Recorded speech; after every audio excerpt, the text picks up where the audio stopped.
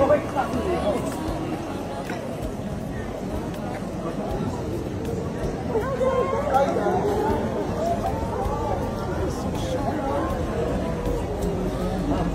nagulat? Nagulat ako! Okay, ako si Alden. Hello Confident fans! Ito na nga ha, spotted nga ba si Ma'am Catherine, no, sa labas mga kasembreros kagaya ni Sir Alden na palakad-lakad doon sa sa London mga kasembreros. Naka-white din siya, parang dirty white mga kasembreros. Kasama sina Mama Ten at saka sina Laysam and sina Riza, no, ang Falkerson family mga kasembreros. Tapos parang na-recognize ng konti, no, si Sir Alden doon ng mga Pinoy mga kasembreros sa London. Pero alam ko pabalik na sila mga kasembreros, inaasikaso pa nila yung inaaskaso lang sila mga kasembreros.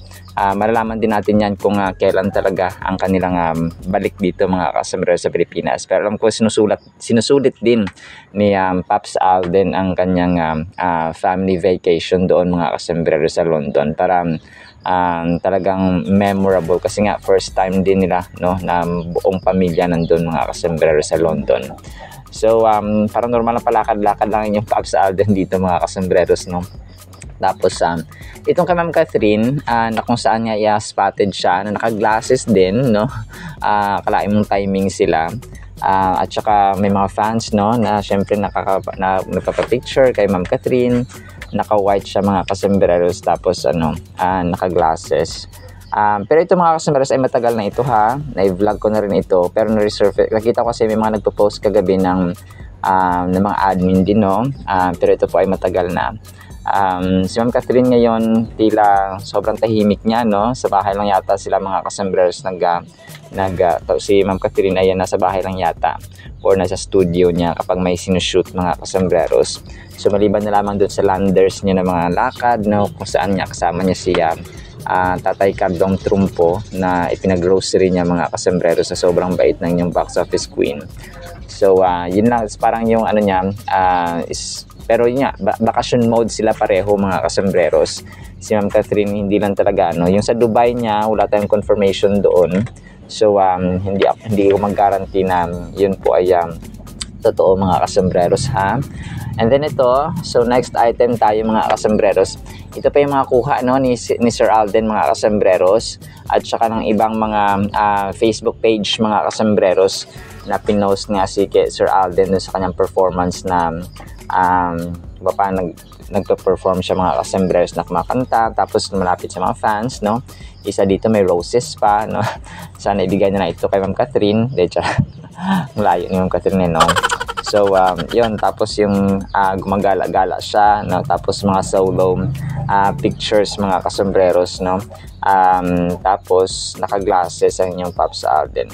So no, parang kung titingnan mo parang normal lang na dito sa Pilipinas. Pero yung ibang mga view talagang nasa ibang bansa siya mga kasembreros. So enjoy talaga ang inyong box office king. And alam nyo, sobrang nakakabilib dito kay Sir Alden. Nag-post siya sa kanyang Instagram story na 4 na araw, 4 na bansa ang kanya napuntahan. O, di ba? Only Alden Richards can do that, mga kasembreros. Kasi kung naalala nyo, yung sa LA, tapos sa Pinas, balik sa Pinas. Tapos balik na naman, punta na naman siya sa Vietnam for Danang. Tapos punta na naman siya ng Dubai. Tapos Pinas na naman, tapos Dubai, tapos yun nga, yung London mga kasembreros or UK. So, grabe na talagang so 4 na araw, 4 na trips, 4 na bansa mga kasembreros ang kanyang napuntahan. So pabalik-balik na parang lang yun, parang Quiapo, sige Quiapo. Tapos dito Bulacan, parang ganun lang mga kasembreros, no. Kasi parang ginawa na niyang tawid bakod lang yung yung Europe, yung Asia mga kasembreros at America. Grabe, no. Si box office king lang nakakagawa niyan. And grabe, no, kasi talagang makita mo dito yung yung pagiging ordered or pagka yung pagka sequence ng kanyang mga schedule, yung pagbubook, no. Ang galing nila mga kasembreros ng scheduling or booking. Ang galing arrange mga kasembreros yung kanilang schedule. And then ito, si Ma'am Catherine naman, kakapost ng admin kagabi. Dito ko nalaman na magkaibigan pala talaga sila, no? Nila Ma'am Gabby Garcia. Kasi di ba si Ma'am Gabby sa GMA, tapos si Ma'am Catherine sa dito sa ABS. So, pero ito medyo matagal nito, throwback picture ito mga kasambreros. Kasama kasama si Gabby. Yung iba dito, hindi ko kilala. Si Ma'am Sophie Andres ba ito? Parang hindi, no? Kasi matuwa pa siya dito. Or si Michelle Madrig, hindi. So, kasi sabi niya dito sa caption, kamusta ka? Okay lang ba? Tahimik mo ngayon, kape tayo. Message mo lang ako, nandito lang ako. So, sabi ni Ma'am Catherine mga kasambreros or ng caption. So, grateful to the people who always checked on me. Masarap sa pakiramdam na alam meron laging andyan para sa iyo. Amen. Tama, Ma'am Catherine, no? Or yung nag-post nito mga kasambreros. So, ito ay matagal na ito, no? Nasa yate sila mga kasambreros. Kapag getaway nila ito mga kasambreros. And then ito, ang kulit nito mga kasambreros. Kasi nga, yung sa picture, may isang fan dun sa London. Parang local artist siya doon, no? Tawag dito, nag-perform siya. Or parang fan siya mga kasambreros kasi naka-outfit or baka fan lang napunta doon tapos nagpa-picture. Sumakses si ate, sabing gano'n sa post mga kasambreros. Nagpa-picture siya kay Sir Alden, no? Talagang sumakses si ating ganda mga kasambreros. So talagang siguro avid fan din siya. Kung kaya ay sobrang saya niya mga kasambreros. And then ito, Sir Alden, ang kulit nito. Kasi baw siya ng baw pagdating nun sa Pero lang kung matagal na rin ito, nakabotega bag siya mga kasambreros. But correct me if I'm wrong ha, parang sa Dubai pa nila ito mga kasambreros na tawag dito, na Hello Love Again promo mga kasambreros. Wala lang si Ma'am Catherine dito. So pero alam ko medyo matagal na ito, but correct me if I'm wrong po ha. Kasi yung bag o yung Bottega bag na kasama nung package ni Ma'am Catherine mga kasambreros, ayan dito rin. Suot-suot at dala-dala ni Sir Alden mga kasambreros. And then ito, sobrang kulit ito mga kasambreros. Si Sir David Licauco ay yun nga parang ginawang comedy ang pulang araw. Sabi niya, ako si Alden. Sabay tutok ng baril kunwari mga kasambreros. Tapos ang kulit niya kung manunood ba siya ng PBB, gano'n. So basta ang kulitan nila mga kasambreros. Tapos sabi niya, may ticket ka ba? Seryoso, may ticket ka ba? Sobrang kulit and then ito, next item natin. So yung sa newsroom pala, yung Stars on the Floor coaches, Dance Authority at Sir Alden mga kasambreros. Bumisita pala sila doon, no? Tapos nag-hi sila. So ngayon ko lang kasi ito nakita, kung kaya ngayon ko lang sinali o nasama mga kasambreros kasi nakaraan hindi ko po ito nasama mga kasambreros ha. Kung kaya ngayon ko lang po siya sinama mga kasambreros. So kasama si Ma'am Pokwang, si Ma'am Marian, si Coach Jane at saka si Alden of course, no? Si Sir Nelson Canlas. So mapapicture din sila dun sa pinicturean sila ng newsroom mga kasambreros. So ganito yung opisina ng GMA. So parang kumpanya lang din siya, pero iba lang yung task mga kasambreros. Parang sa call center lang din.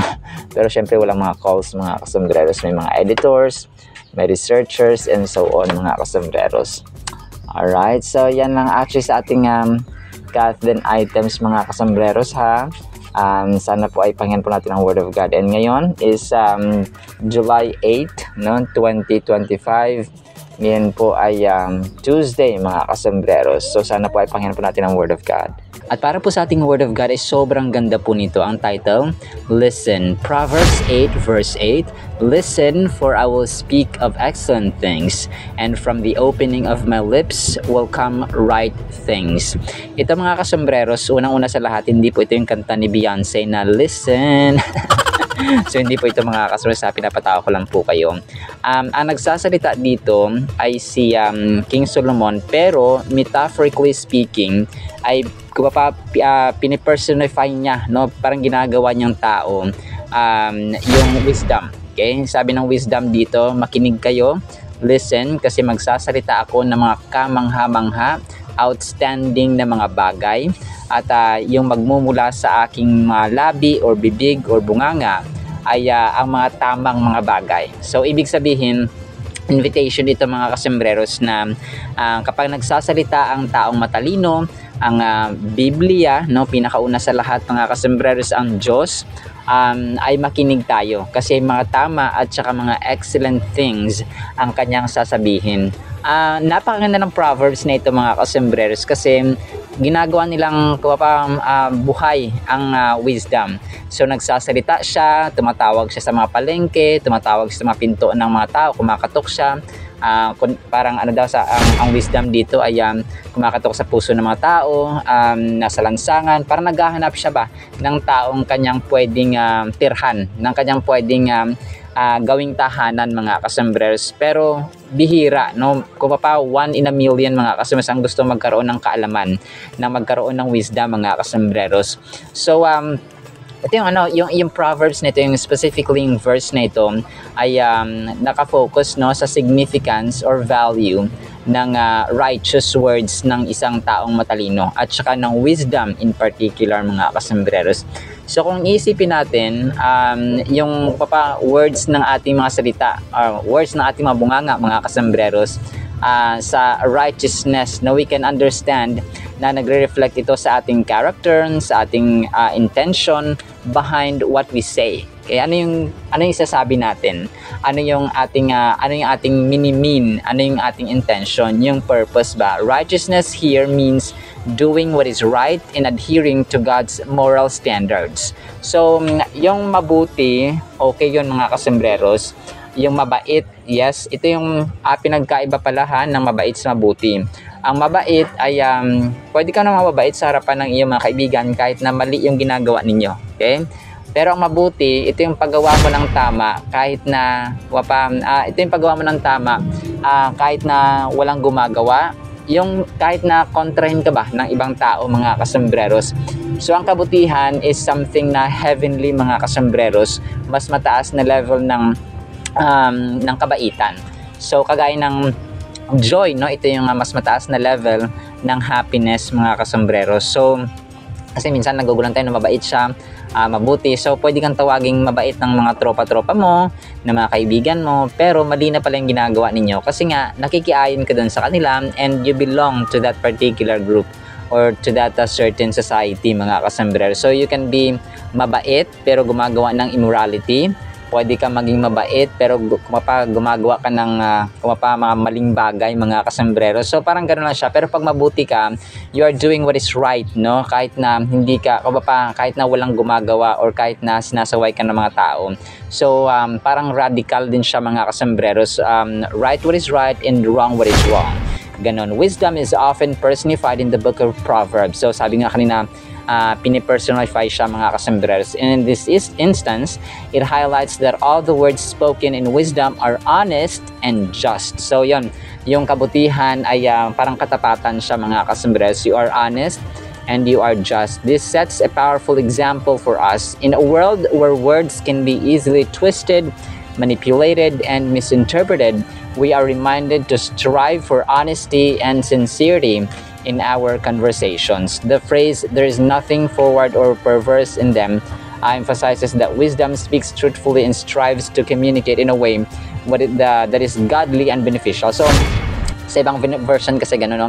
Walang perverse, no? Walang kamalian mga kasembreros, only right things. Ito yung sasabi dito na and from the opening of my wisdom speaking, lips will come right things.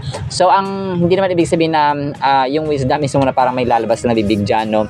Tapos kunwari yung bibig yung lalabas tapos magsasalita. So talaga maghanap siya ng tao. Kaya gagamit siya ng vessel, gagamit siya ng person or individual mga kasembreros para i-act out or i-work out or i-speak out mga kasembreros yung kaalaman na sinasabi ng wisdom mga kasembreros. So para ma-appreciate natin in Proverbs 8:8 mga kasembreros kasi may broader context dito, no? It was situated, mga kasambreros, of course, no, sa Proverbs, and then written by the wisest man ever lived, King Solomon, no, the son of King David of Israel. Throughout this chapter, we see wisdom extolling her virtues and benefits. So may benefits talaga, mga kasambreros. Ako bilang tunay na patotoo, no, bilang isang hamak na content creator, bilang isang ultimo at ordinaryong mamamayan ng bansang Pilipinas. Naging makabayan no. No, kidding aside, mga kasambreros, ay kahit na ilagay tayo, no, sa gilid ng sapa, kung nakita niyo yung mga vlogs ko, mga kasambreros, na trivia, kahit na sa mga damuhan tayo, na sa gilid tayo ng kagubatan, or sa gilid ng highway, sa gilid ng mga kakahuyan, sa gilid ng mga sagingan, sa gilid ng mga itik dito. Pag may wisdom tayo, or kaalaman na mula sa Panginoon, sa awa at grasya, no, with all humility po, ay may mga ideya, may mga strategy talaga ang Diyos para tayo po ay mabuhay, no, at saka maging tapat sa Kanya, mga kasambreros. I'm not perfect, no. Ako po I count myself as the worst of all the sinners, mga kasambreros. Pero sa awa, grasya, habag at pag-ibig ng Panginoon ay tayo po ay we work out our faith, mga kasambreros. So ito po ay yung Proverbs 8:8, mga kasambreros, ay yung verse, yung stanza, the words of my mouth signifies the authority and intention behind communication. So kung nagsasalita ba tayo, ano bang lumalabas dyan? Excellent things ba? Bad things ba? Nakaka-down ba ng puso? Bad vibes ba? Or nakaka-good vibes kapag tayo po ay nagsasalita? So ano ba? So when we speak, we should remember that our words carry weight. Talagang may bigat, may impact, mga kasambreros. Kung kaya nga may mga batas tayo against verbal abuse, no?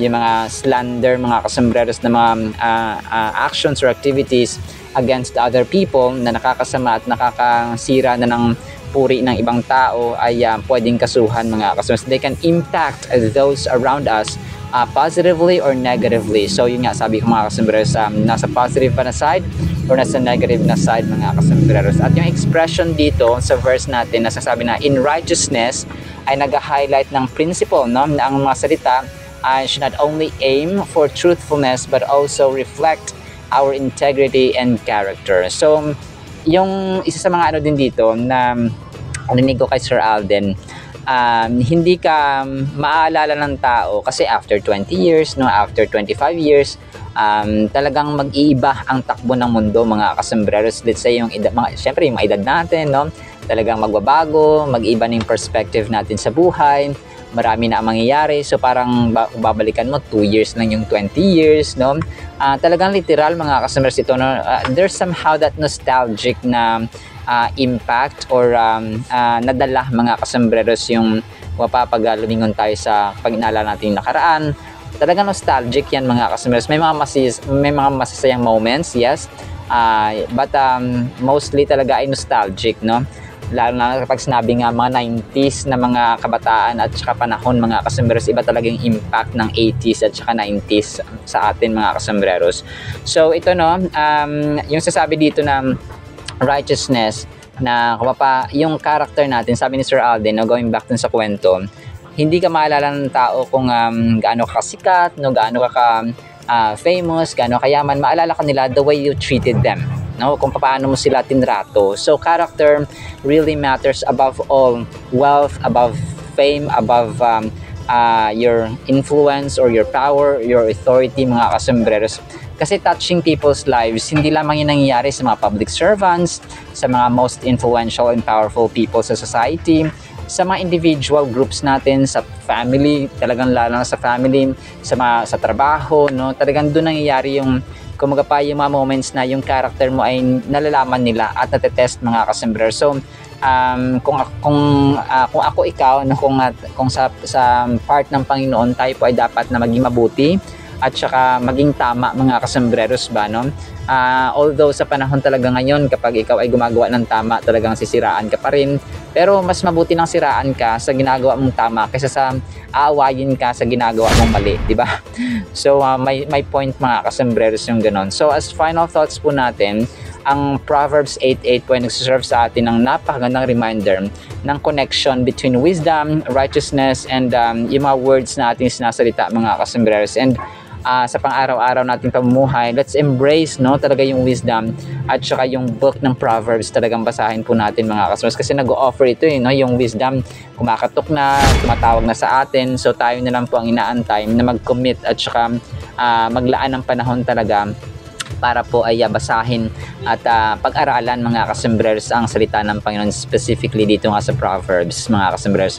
Lahat ng books, yes, maganda, pero sa wisdom, ito yung tinatawag talaga yung Ecclesiastes at saka Proverbs. Dalawa ito na tinatawag na books of wisdom mga kasembrers. Kung kaya, highly recommendable po ng inyong hamak at ordinaryong lingkod na si Kasembrero Dennis na basahin po natin ang mga books na ito.